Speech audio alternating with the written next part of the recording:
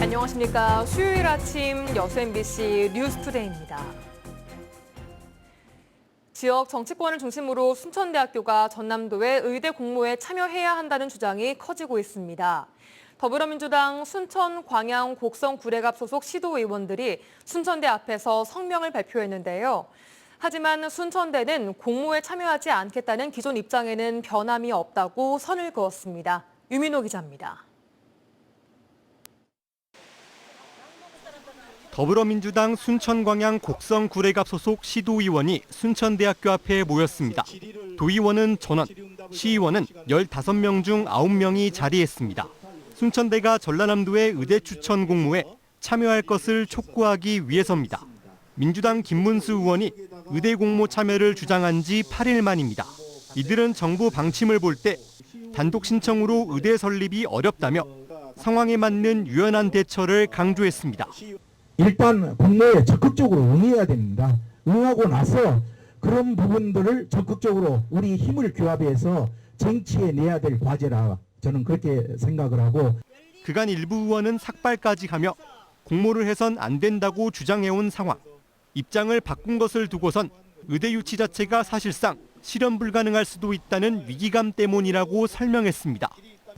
공모에 참여를 하지 않을 경우에는 기회 자체가 좀 박탈이 될 수 있는 이런 어떤 위기감들, 그다음에 이게 파국으로 갈 수는 없다는 그런 절박감들이 좀 반영된. 입장 발표를 지켜본 시민 반응은 엇갈렸습니다. 공모 참여를 더는 늦출 수 없다는 찬성 목소리부터 처음부터 신청을 안 하게 되면 이것은 각하입니다, 각하. 지역사회 합의를 아무 설명도 없이 뒤집었다는 비판도 나왔습니다.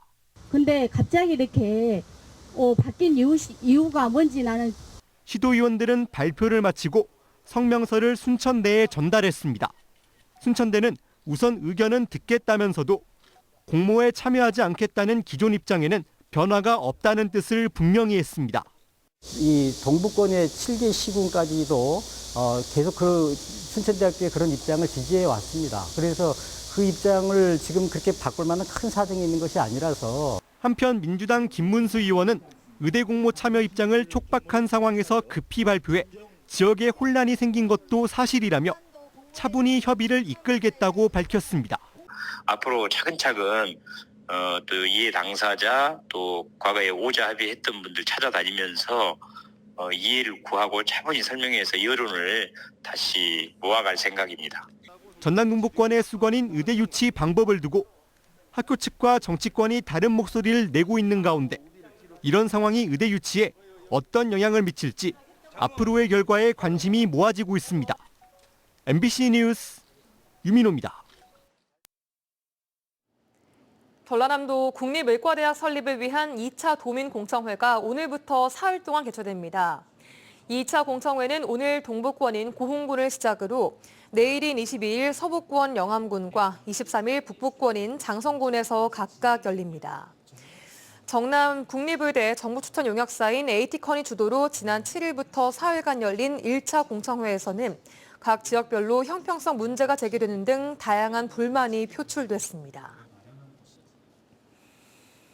코로나19 변이 바이러스가 급속히 확산되면서 김영록 전남도지사가 어제 도민 호소문을 발표했습니다. 김 지사는 오는 10월부터 보건기관과 650개 위탁의료기관에서 독감과 코로나19 예방접종을 동시에 시행할 계획이라며 65세 이상 어르신과 기저질환자, 면역력이 약한 도민들께서는 빠짐없이 접종받아야 한다고 당부했습니다. 전남도는 요양병원과 요양원 등의 방역관리를 강화하고 의료기관 52개소를 감염병 관리기관으로 지정한 뒤 코로나19 확진자가 필요할 경우 입원할 수 있도록 454개의 병상을 확보했습니다. 고흥 소록도에 폐기물들이 오랜 기간 방치되어 있습니다. 폐기물 중에는 발암물질인 성면이 함유된 슬레이트 지붕도 섞여 있는데요. 공사 중에 발생한 폐기물을 업체가 버리고 가는 것을 봤다는 주민들의 목격담까지 나오고 있습니다. 소록도 폐기물 문제에 대해 고발하는 기획보도 첫 순서로 방치된 폐기물의 실태를 김단비 기자가 전합니다. 고흥반도 남쪽 끝 녹동에서 다리 하나를 건너면 나오는 작은 섬 소록도입니다. 100여 년 전 일제강점기 때 한센인을 강제 격리했던 아픔이 서린 곳이기도 합니다. 환자가 아닌 국립소록도병원 직원 등이 거주하는 관사지대. 1급 발암물질 성면이 포함된 슬레이트 지붕이 여기저기 흩어져 있습니다. 건물 벽이나 지붕에 사용된 것으로 추정되는 건설 폐기물도 이처럼 흙 속에 파묻혀 있습니다. 인근 풀숲에서도 이런 폐기물을 쉽게 찾을 수 있습니다. 콘크리트 덩어리와 슬레이트 지붕 조각을 담은 그물이 널브러져 있습니다. 그냥 방치돼 있는 거죠. 올 때부터 있었어요. 예. 일부 폐건물들은 얼마나 오래 사람이 살지 않았는지 슬레이트 지붕이 아예 내려앉았습니다. 이곳은 거금대교 자전거 도로로 가는 길 바로 옆입니다. 보시는 것처럼 폐전봇대도 그대로 방치돼 있습니다. 주민들은 리모델링이나 공사 과정에서 발생한 여러 폐기물을 업체가 그대로 버리고 갔다고 얘기합니다. 트럭 한 2대가 와서 때를 붙고 막 이렇게 하길래 쟤도 뭐 하자고. 그럼 폐기물을 치우지 않고 그냥 던져놓고 그냥 가는 거예요. 문제는 얼마나 많은 폐기물이 소록도에 묻혀 있을지 모른다는 겁니다. 환경단체는 주민 건강과 침출수 등 환경오염을 우려합니다. 저게 비산이 돼서 여기 다니는 사람들에게 피해 줄 뿐만 아니라 그다음에 이게 이제 비와 이런 것들이 섞여서 2차 오염을 시킨다. 지하수 오염을 시켜서 환경부는 소록도가 우수한 자연 환경을 보유하고 있다며 국립공원 등 보호지역으로 지정하는 방안을 검토하고 있습니다. MBC 뉴스 김담희입니다. 의료시설이 부족한 지역에 찾아가는 의료 서비스를 제공하는 고흥군 농촌 왕진버스가 큰 호응을 얻고 있습니다. 고흥군은 어제 녹동농협에서 원광대 광주 한방병원, 고흥종합병원 등과 공동으로 농작업 질환 진료와 한방진료, 검안검사, 돋보기 처방 등 양방 협진 의료 서비스를 제공하는 농촌 왕진버스를 운영했습니다. 이번 왕진버스 사업은 올해 농식품부 공모사업에 선정된 것으로 7개 지역 농협 차원에서 순차적으로 진행될 예정입니다. 전남 지역의 고소득 어가수가 증가 추세를 보이고 있습니다. 전라남도는 해조류 양식업과 어선어업의 호조로 지난해 연소득 5천만 원 이상 고소득 어가는 약 3,500여 곳으로 전년보다 5.4%가 늘어났고 1억 이상 어가도 2,510여 곳으로 0.4%가 증가해 2년 연속 최대치를 경신했다고 밝혔습니다. 시군별로는 완도가 630여 곳으로 가장 많았고 고흥이 410여 곳으로 다음을 차지했습니다. 정박해놓은 배에 몰래 침입해 주로 선박 부품들을 훔쳐온 40대가 해경에 붙잡혔습니다. 약 2달간 14차례에 걸쳐 절도 행각을 저지른 것으로 확인됐는데요. 피의자는 선박을 통째로 훔쳐 도주하기까지 했습니다. 최황지 기자가 보도합니다. 어둠이 짙게 깔린 여수의 국동항. 한 남성이 자전거 뒤에 수레를 달고 선착장에 다가갑니다. 잠시 후 정박한 어선에 건너가더니 몸통만한 물체를 들고 나옵니다. 육지와 배를 왔다 갔다 하며 어선에서 부품을 빼낸 이 남성은 빼낸 물건을 수레에 싣고 항구를 유유히 빠져나갑니다. 이 남성이 선박에서 부품을 몰래 훔친 시간은 단 20분.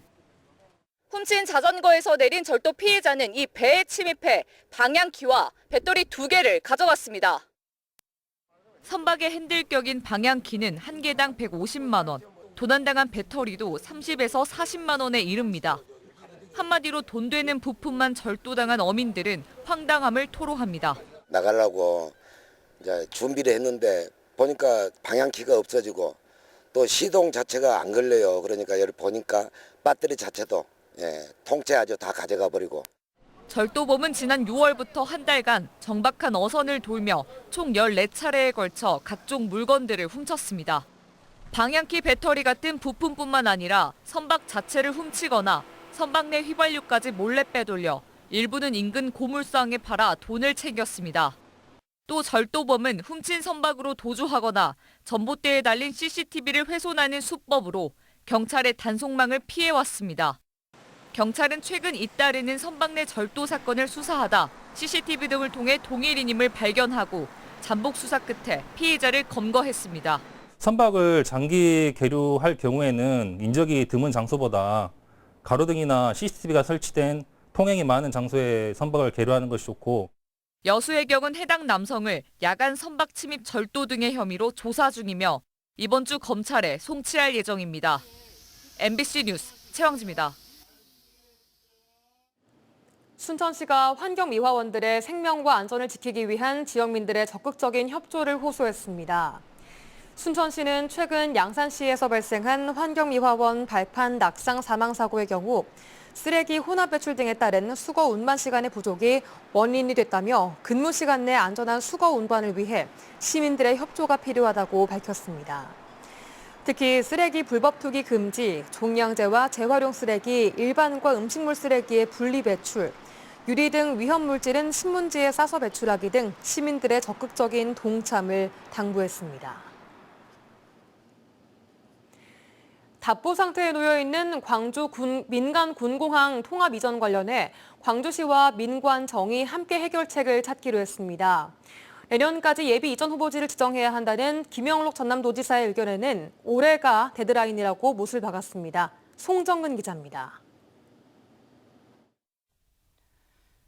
최근 내년 6월까지 군공항 예비 이전 후보지를 지정해야 한다고 말한 김영록 도지사.